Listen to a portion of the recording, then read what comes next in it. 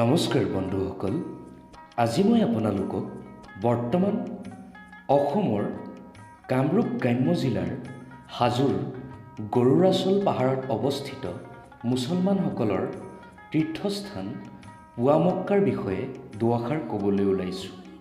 অজানিতে হৈ যোৱা ভুল ক্ৰুটিবোৰ কমেণ্টৰ যোগেৰে শুধৰাই দিব বুলি আশা ৰাখিলোঁ। নমস্কাৰ। পুৱামক্কা অসমৰ কামৰূপ গ্ৰাম্য জিলাৰ হাজোৰ গৰুৰাচল পাহাৰৰ শিখৰত অৱস্থিত মুছলমানসকলৰ পবিত্ৰ স্থান। চুফী সাধক শ্বেখ জালালুদ্দিন ওৰফে গিয়াছুদ্দিন আউলিয়াই কেইবাজনো আউলিয়াক লগত লৈ ইয়াত ইছলাম ধৰ্মৰ বাণী প্ৰচাৰ কৰিছিল।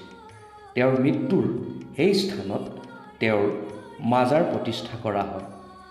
ইয়াত পোৱা এক ফাৰ্চী লিপি মতে মোগল সম্ৰাট শ্বাহজাহানৰ ৰাজত্বকালত ১৬৫৭ চনত লুৎফুল্লাহ চিৰাজীয়ে পুৱামক্কা মছজিদ নিৰ্মাণ কৰাইছিল। জনশ্ৰুতি মতে মক্কাৰ এপোৱা মাটি আনি পুৱামক্কা নিৰ্মাণ কৰা হৈছিল। হাজোৰ গৰুৰাচলত মছজিদ স্থাপন কৰি দোৱা কৰাৰ সময়ৰে পৰা পুৱামক্কা হোৱা বুলি মানুহে কয়।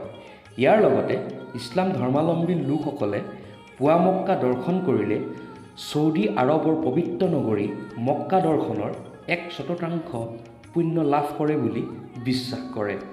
ই হাজোৰ পঞ্চতীৰ্থৰ অন্যতম আৰু উত্তৰ পূৰ্বাঞ্চলৰ আটাইতকৈ পবিত্ৰ ইছলাম ধৰ্মৰ উপাসনাস্থলী। ১১৯৩ খ্ৰীষ্টাব্দত ইৰাণৰ তাব্ৰিজ নগৰত হজৰত শ্বাহ চুলতান গিয়াছুদ্দিন বা শ্বেখ জালালুদ্দিনৰ জন্ম হৈছিল। তেওঁ তাব্ৰিজৰ বাদশ্বাহ আছিল। পিছলৈ তেওঁ চুফীবাদৰ প্ৰতি আকৃষ্ট হৈ নিজৰ পুত্ৰক সিংহাসনত বহুৱাই বাগদাদলৈ গৈ তাত পীৰ শ্বেখ শ্বাহাবুদ্দিন চহৰৱাৰ্দীৰ আউলিয়া হিচাপে থাকে। পিছলৈ তেওঁ আবু ছাইদ তাব্ৰিজী আৰু আজমিৰলৈ গৈ খাজা মঈনুদ্দিন চিস্তিৰ লগত যোগ দিছিল। পিছলৈ কেইবাজনো আউলিয়াক লগত লৈ ইছলাম ধৰ্মৰ বাণী প্ৰচাৰ কৰিবলৈ অসমলৈ আহি হাজোৰ গৰুৰাচল পাহাৰৰ শিখৰত উপাসনাস্থলী স্থাপন কৰে। ১৩৪৪ খ্ৰীষ্টাব্দত গিয়াছুদ্দিনৰ মৃত্যুৰ পাছত গৰুৰাচলে পূৰ্বতকৈ অধিক গুৰুত্ব লাভ কৰে। ইয়াৰ নামনিৰ মাজাৰ বা দৰগাহ চোৱা চিতা কৰাৰ বাবে দৰগাহ ভূমিতে ফকীৰ আৰু পাইকসকলক স্থাপন কৰা হৈছিল। সেই গাঁওখন ফকীৰটোলা বুলি বৰ্তমান পৰিচিত।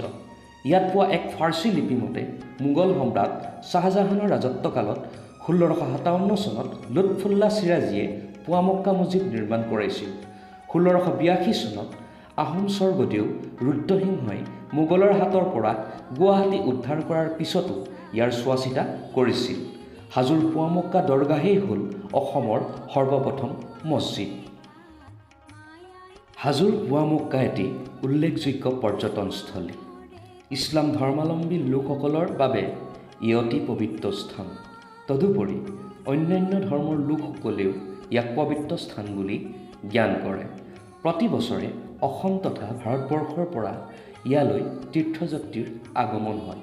প্ৰতি বছৰে ফেব্ৰুৱাৰী মাহত ইয়াত চুফী সন্ত হজৰত শ্বাহ চুলতান গিয়াছুদ্দিন বা শ্বেখ জালালুদ্দিনৰ মৃত্যুতিথি ১৫ দিনীয়াকৈ উৰছ উৎসৱ হিচাপে পালন কৰা হয়।